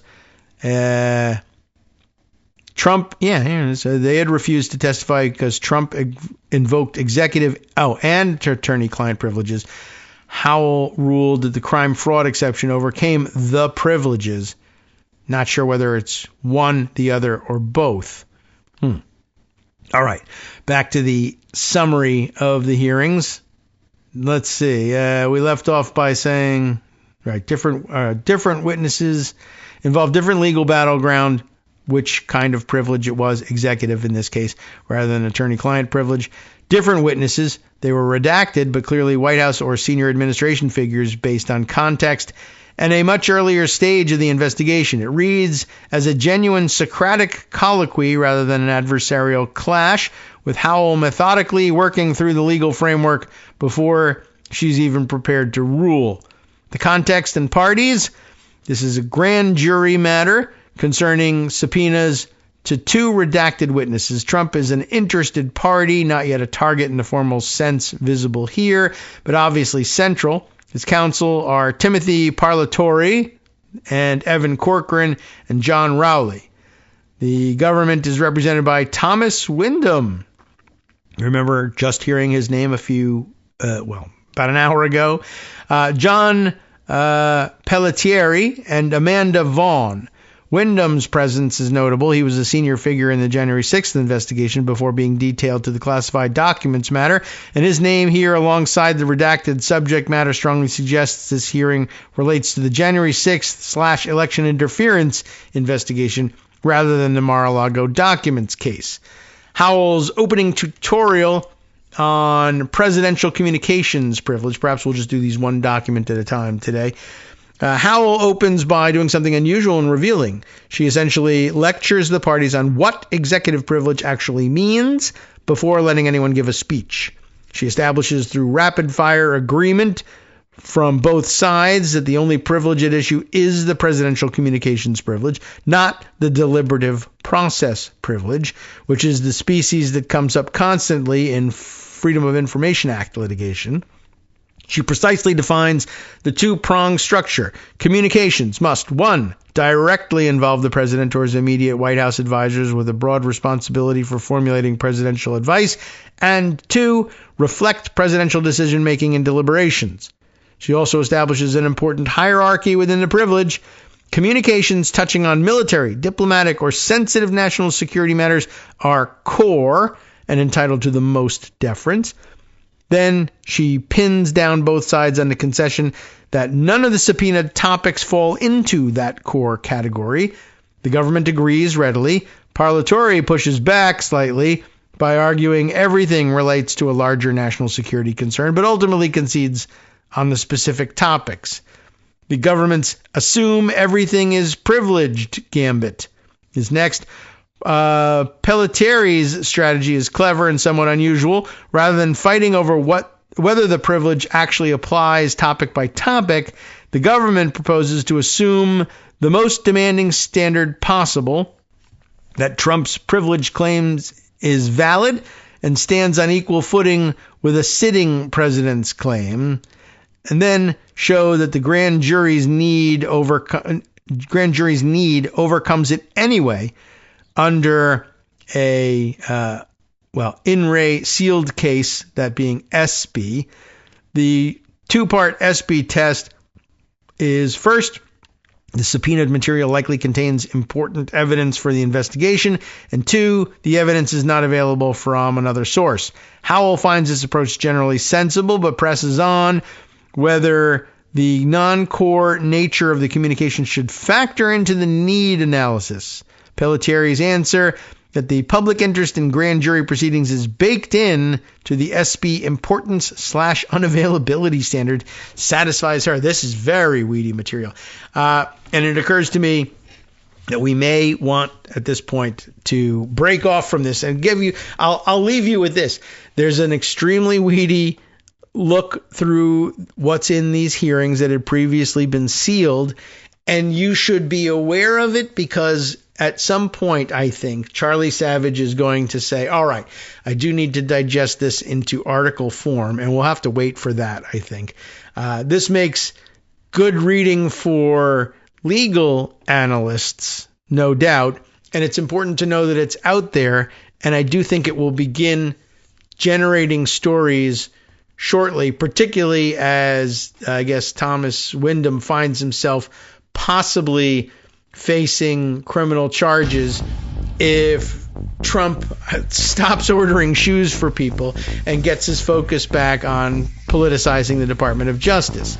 It'll be very interesting to see whether he ever remembers that, and I guess for Thomas Wyndham's sake, we hope that he does not. But for now, I think we'll say, all right, well, this was very interesting, and it would be very enlightening if you had unlimited amounts of time to digest and discuss this. We don't. So when we come back, we'll switch gears and head elsewhere. Sup fam, it's your boy Darwin, aka Darwin_Darko, aka the most reasonable man in America, aka KITM's senior black correspondent. You might remember me from such recordings as Spacemen vs. Space Cadets and We Need to Talk About Joe Biden. Today, I want to bring you good news about that thing you've been struggling with. Do you suffer from giving too much of a damn? Do you turn on the series of tubes and find yourself outraged at the particular way some news organization strung some sentences together only to realize, nope, this is not some fictional hellscape? Well, guess what? You no longer have to accept the life of giving too much of a damn. You can do something about it, because even you, yes you, can be a show contributor. Now I know what you're thinking. Hey, Mr. Most Reasonable Man in America, I'm not some professional podcast talking guy. Don't worry about it. Do you have a smartphone or some other electronic recording device? Well, that's all you need. You too can have a segment where you can read us an important article and give us your take. Read one of your own original essays, or even just give us your commentary on something you'd like to share that's important to you. Fair warning though, side effects may include general punditry, having opinions and hot takes, getting stuff off your chest, and hearing your own voice. If your recording lasts longer than 5 to 7 minutes, please consult kagrox@gmail.com. That's KAGROX@gmail.com. All right, and welcome back now to the Kagro in the Morning Show here on Netroots Radio. All right. All right. It was probably a good old-fashioned live radio mistake to head into this particular article from Charlie Savage. It's very promising, I think. But one, I don't think I had realized that what we were going to be reading was a clawed summary of the hearings. But you can see why it might actually be necessary to do something like that and give yourself some indication of whether or not it's worth reading a 111-page sealed hearing transcript. And the answer is yes. But then we're also warned right at the beginning that Charlie is not sure whether this is article level material. It'd be very interesting to see whether he doubles back and brings us some of this information in article form, or whether maybe Steve Vladeck does upon that could be. I could see him seeing this summary and then saying, all right, I got to read the source material myself and distill something out of this. But in the meantime, I just wanted you to know it was out there in case a story breaks at some point or it becomes an important background detail in a story later on and you're wondering about the provenance of this information. It's important to know. But also important to know, shoes. That Donald Trump is ordering shoes for people. By the way, I did have this weird thought, and there's no reason to believe this is it, but I guess if you were wondering, I don't know on what basis Trump would justify to people like Marco Rubio, I need to see you wearing the shoes I bought you, even if they don't fit, right? Except weirdness. And I'm not sure whether, I don't know. I don't know if there's any possible reason for it, but I guess if you had to try to come up with something, like what difference would it make to Trump whether you wear the ones he gave you if they don't fit, or said, oh, I exchanged them for a pair that does fit? And I don't know. The only thing I can actually come up with and that would make any sense and that might actually be consistent with what Donald Trump tends to do and enjoy and might in fact try is I want to come up with a premise for giving everybody these shoes because I want to put either, I don't know, listening devices, trackers in these shoes, and it's important to me that you wear the ones I give you. And I think I need to know that you didn't exchange them, so I'm going to purposely give you the wrong size, but then pretend that my ego would be insulted if you exchange them. and you got to wear these ill-fitting shoes because I'm outfitting them with something else, or who knows what else is in there. I think I saw something when I saw the other day, the Iranian regime saying, well, we have some really interesting and secretive covert ways that we might try to retaliate against the United States and its leadership, having targeted our leadership. And then I thought, all right, well, the Russians are helping them. Did they confer with the Israelis? Are there tiny bombs in the Florsheim shoes these days? I don't know. No, I don't think that's it. But a listening device would definitely be in character for Donald Trump. And tracking devices, like an anti-leak investigation. I'm worried, my cabinet and others are leaking, and I hate leaks, and I want to find out who's doing what, or I'm just a weirdo, and I like having compromat on people. I could see that being the reason, although I have no reason to believe that actually is the reason. There is no evidence except the totality of Trump's weirdness in existence and the fact that grown adults are agreeing to wear and keep showing the boss that they're wearing this identical pair of stupid shoes, and he keeps a stockpile of them in the office so that he can hand them out to people. I have suspicions. I do have suspicions. I don't know what to tell you. But certainly, if that story ever breaks, you heard it here first. But it was stupid speculation when you heard it. So there you go. All right. Other definitely more important stories that we're going to have to double back on. Let's see. Just to give you an update on the fact that there's still stuff going on with Jeffrey Epstein. There's a lot. The one that I should be reading you, and we'll see, I don't know, whether I get to it later in the week, maybe Greg wants to bring it up, is that Julie Brown is reporting on this as well. There's been some combing over of the records. I think it originally appeared in the New York Post, I think. And then everybody sort of said, well, the New York Post, who cares? But Julie Brown, also very interested in it, so it's in the Miami Herald as well. Testimony from prisoners in the jail where Epstein died, saying that they overheard, I guess, other inmates. That it was the discussion among inmates that one of the jail guards, it was suspected, had killed Epstein and was kind of, I don't know, talking about it or threatening people about it, but that there had been some investigation of this guard, and there are weird money transfers to this guard, and she was sleeping on the job the day he died and shopping for furniture online, not paying any particular attention. And it wasn't clear whether the guard had anything directly to do with the murder, but was clearly sort of looking the other way. It's a very weird story. We should get to the bottom of it. I was kind of prepared to ignore it, but the fact that Julie Brown is paying some attention to it makes me wonder whether it might not be relevant, and maybe we can do that. But I'll bring you first this other piece of Epstein information from AP, who is reporting that New Mexico prosecutors have now launched a search. We'll see whether it's worth anything. A search of Jeffrey Epstein's secluded former Zorro ranch. There are some photos of the gate here that this thing appears to be either under construction or perhaps that the construction was abandoned at the time of his death. I don't know. But where is there a byline on this one? I don't know if there is. I don't see it. But the story is brief. State investigators began searching a secluded ranch in New Mexico on Monday, where financier and sex offender, it's a good pair, Jeffrey Epstein once entertained guests amid allegations that the property may have been used for sexual abuse and sex trafficking of young women. And then, in later days, rumors that there might be people buried there, in fact. The Office of State Attorney General Raul Torres announced that the search was being done with the cooperation of the current ranch owners.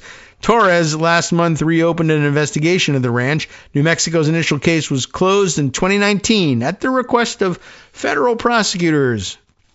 Those would be Donald J. Trump administration federal prosecutors at that time in New York. And state prosecutors say now that, quote, revelations outlined in the previously sealed FBI files, unseal everything, warrant further examination. Epstein purchased the sprawling Zorro Ranch in Stanley, New Mexico, about 30 miles south of Santa Fe in 1993 from former Democratic Governor Bruce King, and built a hilltop mansion with a private runway. The property was sold by Epstein's estate in 2023, with proceeds going toward creditors to the family of Don Huffines, I don't know, Huffines, a candidate in Texas, somehow, for state comptroller who won the Republican primary last week. I mean, that's interesting, and I wonder if it might otherwise have been an issue in his primary campaign. Why did you buy a pervert ranch from Jeffrey Epstein? It was cheap? I mean, that's not enough of an answer, I don't think. And also, it's in New Mexico, and you're running for office in Texas. And I understand they share a border and maybe very close. I don't know. But couldn't you buy a Texan pervert ranch? Why did you have to go out of state? The New Mexico Department of Justice appreciates the cooperation of the current property owners, the agency said in a statement. Prosecutors will continue to keep the public appropriately informed, support the survivors, and follow the facts wherever they lead. Additionally, New Mexico state legislators have established a new commission to look into past activities at the ranch. Epstein, it is said, killed himself in a Manhattan jail cell while awaiting trial in 2019 on charges that he sexually abused and trafficked dozens of underage girls. Epstein never faced charges in New Mexico, but the state attorney general's office in 2019 confirmed that it had interviewed possible victims who visited Epstein's ranch. Again, oh, by the way, I guess another interesting point on the, Epstein suicide, I did see somewhere along the line, and I'm sure reposted it because it struck a chord with me. Not so much because I am convinced of the unlikeliness of his suicide, but it was well put, and I'll see if I can't find it and make mention of it. But basically, it was someone saying, "Look, I'm not entirely convinced on the Epstein rumors here, but I will say that suicide doesn't really jive with the rest of his history. I mean, certainly escaping liability is not inconsistent with that. That's the sort of thing that he might, in fact, decide to do, to take the easy exit there rather than face liability. But the point was that most of his life and lifestyle had been about avoiding that responsibility and building a network that meant he would never, ever have to face responsibility for what he'd done. And there was really nothing in the record that indicated that he could not once again count on that network to save him again.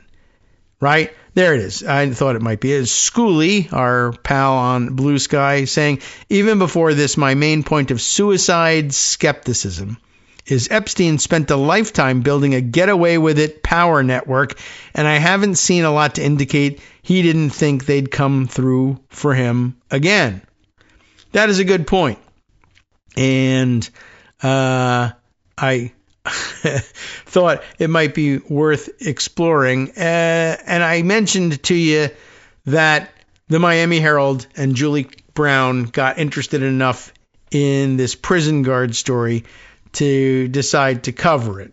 And I don't know. I'm not certain whether this is the time to bring that up because it's connected to the previous story or whether we should wait until later in the week. And Matt, why don't we do that? And we'll see whether Greg has any interest in it too, because he follows Julie Brown's work pretty closely too. It might be another opportunity to bring up the Epstein story and keep it alive, because there's other things happening too.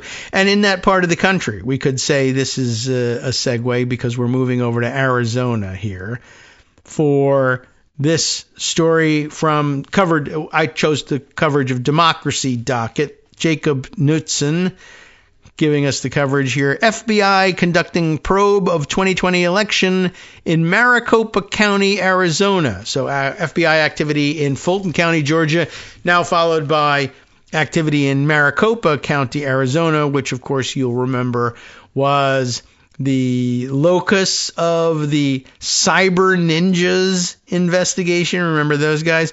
The FBI is probing past elections in Arizona's largest county, according to a top Republican state lawmaker, who says he provided the Bureau with records related to the 2020 election. Warren Peterson, the Gops president of the state Senate, said on social media Monday that he recently complied with a federal subpoena for records from a legislative audit of the state's 2020 election results. The FBI has the records, Peterson added. The audit itself has been public for several years, and its results have been widely discredited. News, is that right? Was it that the results were widely discredited, or was it that the results discredited the theory that the election had been tampered with? I think that's certainly the case. News of the probe emerged after a far-right news outlet and President Donald Trump both claimed the FBI had seized voter data from Maricopa County elections agencies, an assertion that echoed the Bureau's January raid on an election hub in Fulton County, Georgia. Despite the subpoena announced by Peterson, those claims appear to be false. Both counties have been leading targets in Trump's attempts to challenge his loss in the 2020 presidential race as part of his broader campaign to assert control over U.S. elections. As such, FBI efforts to access election records in Maricopa County represent the Trump administration's latest move to relitigate past votes and undermine future ones. But sifting facts from false claims about the Maricopa probe has been no simple task. Sunday night, John Solomon, a conservative columnist known for promoting conspiracy theories, claimed in an article on his far-right outlet, Just the News, that the FBI was, quote, secretly obtaining a large tranche of voting records, unquote, from Maricopa County via a recent grand jury subpoena. He attributed this information to multiple anonymous sources. Solomon asserted that the FBI's probe was based on claims of irregularities in the county's handling of the 2024 election. 2024, wow. Included in a recent report to Congress and a separate report prepared by the Gops-led Arizona State Senate on the 2020 election. With more than 2.6 million registered voters, Maricopa County represents more than 60% of Arizona's voters. Trump, who has long falsely asserted without evidence that his 2020 loss in the county was due to rampant voter fraud, shared the story on social media Monday morning, claiming the seizure was, quote, great, with 3 exclamation points. Other MAGA political figures, including Representative Abe Hamada, is it Hamada or Hamada? I don't know. Republican of Arizona, also shared the story. But the agencies that run Maricopa's elections and maintain its voter registration told Democracy Document in statements that they have not received a subpoena. So really, the basic fact of was there even a subpoena is in question. Maricopa County runs safe, secure, and transparent elections in accordance with the law. The Maricopa County Elections Department said, we have not received a subpoena at this time, but will cooperate if that were to occur. It just hasn't. The Maricopa County Recorder's Office will comply with any subpoena request in accordance with applicable state and federal law. The Maricopa County Recorder's Office said, at this time, we have not received a subpoena from the FBI. However, should we receive a lawful subpoena, we will fully comply. Still, Peterson's statement confirmed that the FBI is indeed conducting an elections-related probe in the county. Late last week, I received and complied with a federal grand jury subpoena for records relating to the Arizona State Senate's 2020 audit of Maricopa County, Peterson said, responding to Trump's post about Solomon's story. The FBI has the records. Any other report is fake news. So basically, 2 people insisting the exact opposite, unless there's some wiggle room here, is the Maricopa County Recorder's Office saying I never got an FBI subpoena, with Peterson saying that I did get a subpoena, but it was from the grand jury, not the FBI. I'm not really certain what that's supposed to mean or whether that's supposed to be wiggle room. But I was subpoenaed by a grand jury. The records are in the hands of the FBI, although why they would be, I don't know, unless it's the FBI conducting the I don't know. It's unclear why the FBI would use a subpoena to obtain documents related to the state Senate's 2020 audit, which has been public for several years. Conducted by the now shuttered Florida-based company Cyber Ninjas, which always makes me laugh, the report featured a plethora of unsubstantiated allegations that have been widely debunked and ultimately reinforced former President Joe Biden's victory in Arizona. Ellen Richer, Maricopa County's recorder from 2021 through 2025, said on social media that the FBI's subpoena against the Arizona Senate would likely include all the digital records that the Cyber Ninjas received or made pursuant to their months-long review of the 2020 election. That review ended with a silly report, a recount that the Cyber Ninjas themselves called, quote, little screwy, and a bankruptcy filing by the company's CEO, Richer added. Previously in 2023, Peterson referred to the Cyber Ninjas audit as being old news. All Voting is Local, that's the name of an organization that fights for free and fair elections at the state level, allegedly, quickly slammed the FBI probe. I guess if they're slamming the FBI probe, they're probably fighting for our idea of free and fair elections. This phony investigation is the latest chapter in Trump's vendetta against the American people, particularly those who do not support him. State Director Alex Gulata said in a statement, he's recycling disproven 2020 conspiracy theories about Arizona's elections to justify interfering with free and fair elections, especially ahead of the midterms. These are the same types of lies that were used to conduct the FBI raid in Georgia and will likely be used elsewhere, especially as dangerous calls to nationalize our elections continue to arise. That, of course, is what you really have to have an eye on. There's more, and I guess we should read all the way through it just to see if there are other prongs to this stupid investigation. Since the FBI seized 2020 election records through a raid on an election facility in Fulton County, Georgia earlier this year, based on long-refuted conspiracy theories, there have been growing fears that the Bureau may conduct similar raids based on debunked claims. Like in Maricopa County, Trump also has falsely alleged mass voter fraud in Fulton County during the 2020 election. To obtain a search warrant against the Georgia facility, remember this, the FBI interviewed infamous anti-voting activists, some of whom now work in the Trump administration. While the Maricopa County Recorder's Office has said it has not yet received a subpoena, it has recently made assertions of non-citizens voting that may have caught the eye of the Trump administration. I see. Maricopa County Recorder Justin Heap, a Republican ally of election deniers, including former gubernatorial candidate Kari Lake, who also is in the news for having lost yet another court case about the legality of her supposed appointment to the Voice of America and the Voice of America's parent organization, by the way. So, important to keep in mind, Maricopa's Recorder is a Republican ally of people like Kari Lake. Maybe you need to replace her. Anyway, he said last month during a recent review of voter registration data, his office identified 60, allegedly, non-citizens who voted in prior elections. However, he conducted the review using the federal government's Systematic Alien Verification for Entitlements database. That's the SAVE database, which is notorious for mislabeling naturalized citizens as non-citizens. We did read that article a couple of days ago. Heap's office made the claim in a press conference or press release just hours after he appeared with outgoing Homeland Security Secretary Kristi Noem at a press conference meant to promote the Save America Act, which has the same acronym for some reason as this stupid system that doesn't work, which voting experts have called the most restrictive voting proposals in U.S. history. Faced with grim polls ahead of the 2026 midterms, Trump is attempting to pressure Senate Republicans to pass the bill, which would disenfranchise millions of Americans by erecting archaic requirements to vote. The Gops-controlled House passed the bill earlier this year. Trump has also aggressively pushed conspiracy theories about past elections to further undermine free and fair elections in the U.S. You got it. So, among the other stories worth noting, actually, the next up in the Democracy Docket scroll is hinting at one of them.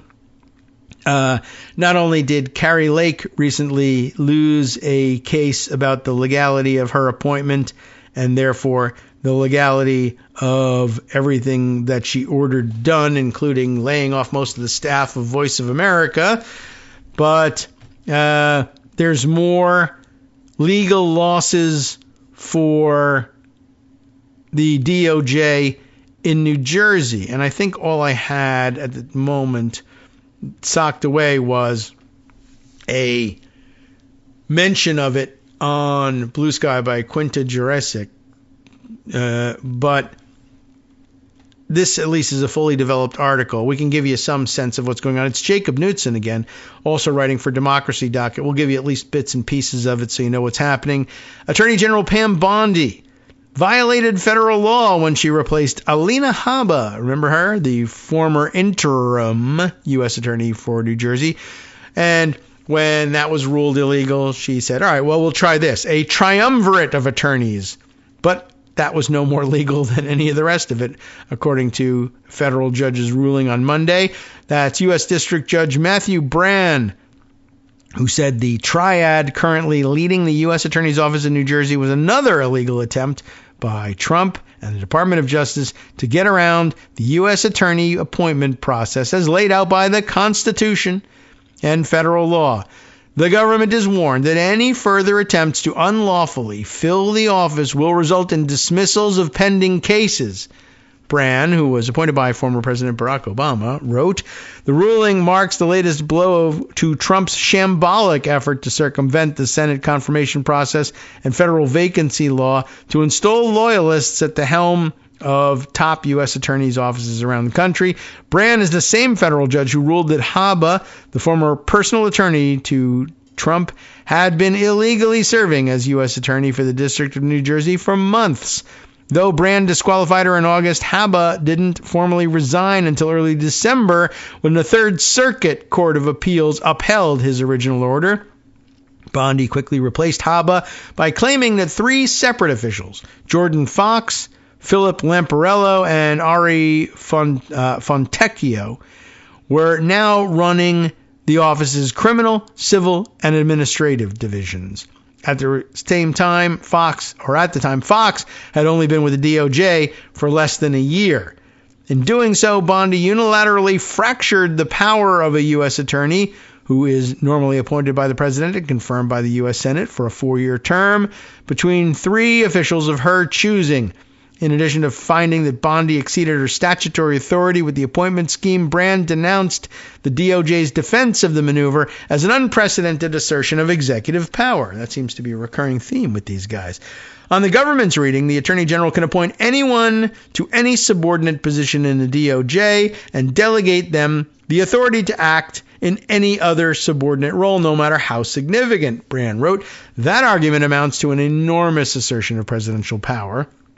1 year into this administration, it is plain that President Trump and his top aides have chafed at the limits on their power set forth by the law and the Constitution.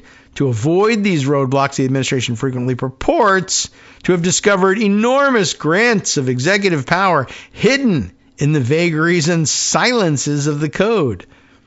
The judge disqualified the triumvirate atop the U.S. Attorney's Office in New Jersey from partaking in prosecutions against criminal defendants who challenged their appointments.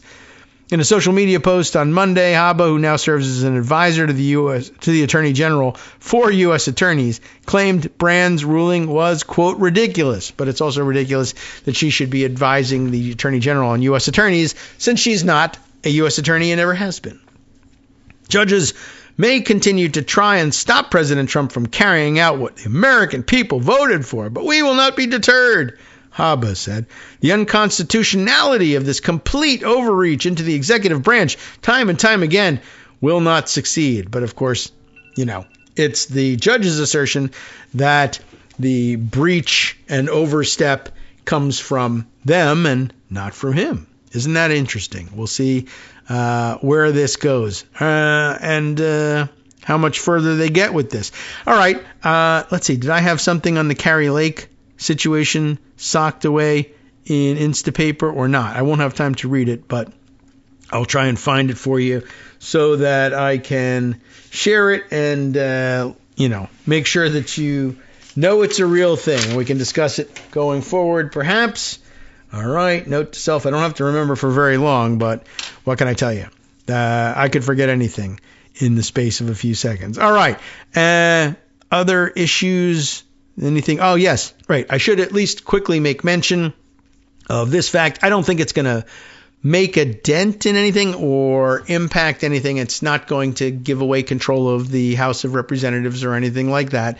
But NBC News reported the other day, Gops Representative Kevin Kiley will be seeking re-election, but as an independent for his California seat.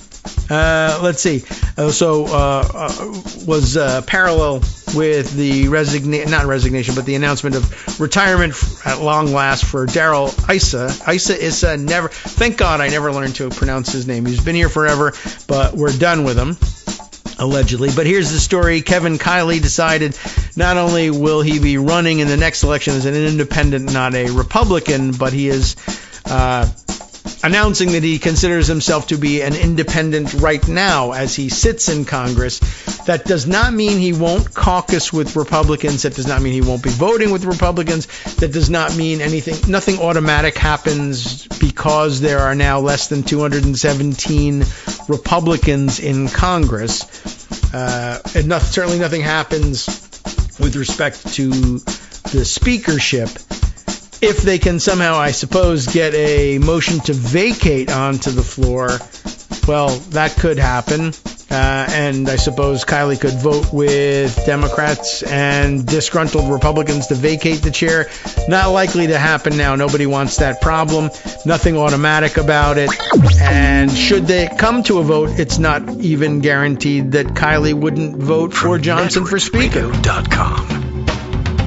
You have been listening to Kagro in the Morning with David Waldman. I just wanted to note that had happened, and people will discuss it and perhaps have questions about it. We'll address it as necessary. Next, though, Justice Putnam takes the reins for the West Coast Cookbook and Speakeasy. What's top on the list? Let's see. The war criminal in chief is learning war increases gas prices. Yeah, he did that. Are we going to get those stickers? I'm sure they're already out there.